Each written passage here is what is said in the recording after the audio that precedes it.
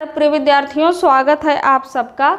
तो हम लोग हिंदी भाषा एवं व्याकरण पढ़ रहे हैं, जिसमें हम लोगों ने लिपियां पढ़ लिया था, परिनिष्ठित भाषा क्या है और राष्ट्रभाषा क्या है, यह सब देख लिया गया था। अब देखते हैं कि राजभाषा क्या है। तो देखिए 14 सितंबर 1949 को भारत के संविधान में हिंदी को राज्य भाषा की मान्यता प्रदान की गई थी।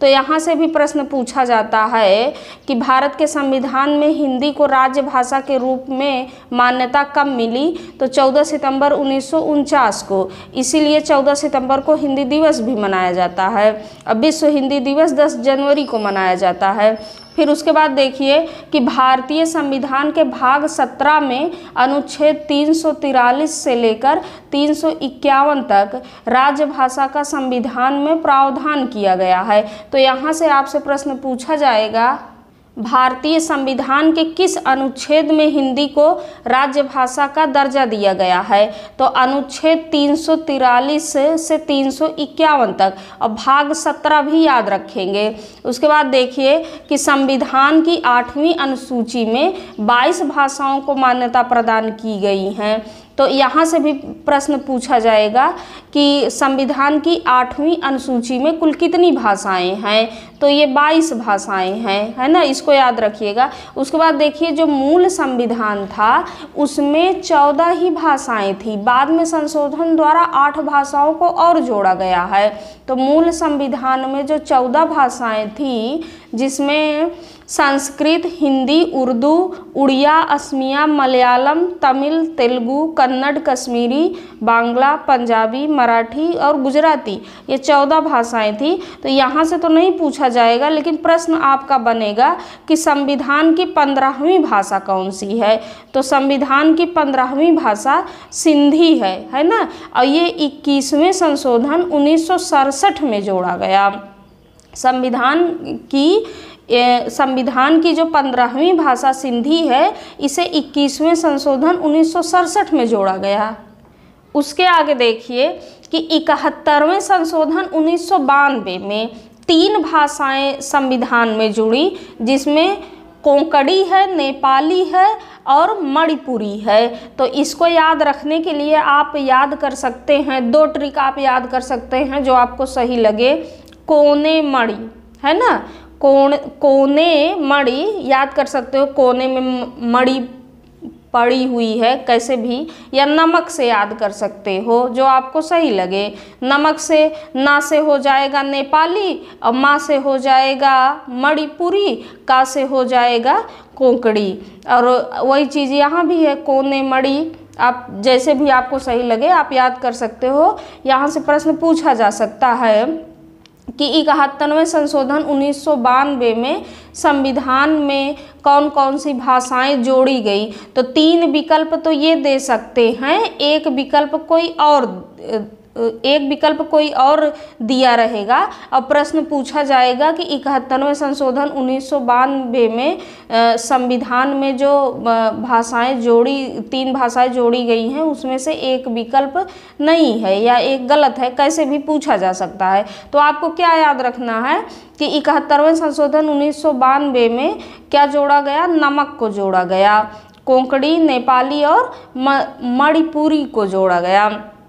उसके बाद देखिए कि फिर 92वें संशोधन 2003 में, 92वें संशोधन 2003 में 4 भाषाएं संविधान में जुड़ी, जिसमें था बोडो था, डोंगरी था, मैथिली था, संथाली था। बोडो, डोंगरी, मैथिली और संथाली, है ना। तो इसको याद रखने के लिए आप कैसे याद रखेंगे? बोडो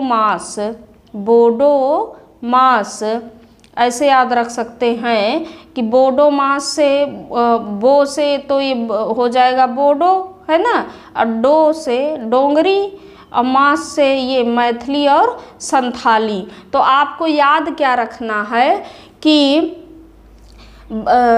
मूल संविधान में कुल कितनी भाषाएं थी? 14 भाषाएं थी। उसके बाद 15वीं भाषा आपकी कौन सी है? सिंधी है। उसके बाद 71वें संशोधन में कितनी भाषाएं जोड़ी गई, तो 3 भाषाएं जोड़ी गई। नमक याद रखेंगे, कोंकणी, नेपाली, मणिपुरी। फिर 92वें संशोधन में कितनी भाषाएं जोड़ी गई, 4 भाषाएं जोड़ी गई, है ना। बोडो मास याद रखेंगे कि बोडो, डोंगरी, मैथिली और संथाली। हिंदी भाषा की जो परिभाषाएं पूछी जाती हैं, तो उसमें से आप देख लीजिए 1-2 जो परिभाषाएं इंपॉर्टेंट है, पूछा जा सकता है। जैसे कामता प्रसाद गुरु की परिभाषा। कामता प्रसाद गुरु को हिंदी का पाणिनि कहा जाता है। कामता प्रसाद गुरु को हिंदी का पाणिनि कहा जाता है। और इनकी परिभाषा पूछी जा सकती है कि देखो, वाणी का वह माध्यम जिसके द्वारा मनुष्य अपने विचार दूसरों पर प्रकट करता है तथा दूसरों के विचारों को ग्रहण करता है, भाषा कहलाता है।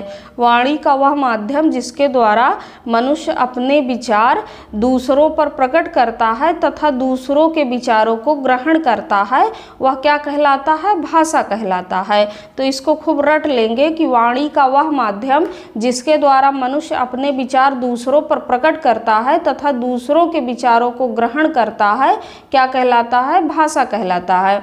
ये तो हो गई कामता प्रसाद गुरु की परिभाषा। उसके बाद श्याम सुंदर दास की परिभाषा देखिए कि मनुष्य और मनुष्य के बीच वस्तुओं के विषय में अपनी इच्छा और मत का आदान प्रदान करने के लिए व्यक्त ध्वनि संकेतों का जो व्यवहार होता है उसे भाषा कहते हैं। किसकी परिभाषा है, श्याम सुंदर दास की परिभाषा है। याद रखेंगे, इसको आप इतना खूब रट लीजिएगा, मनुष्य और मनुष्य के बीच, मनुष्य और मनुष्य के बीच मतलब 2 मनुष्य यहाँ पर आए हैं, है ना, श्याम सुंदर दास की परिभाषा में।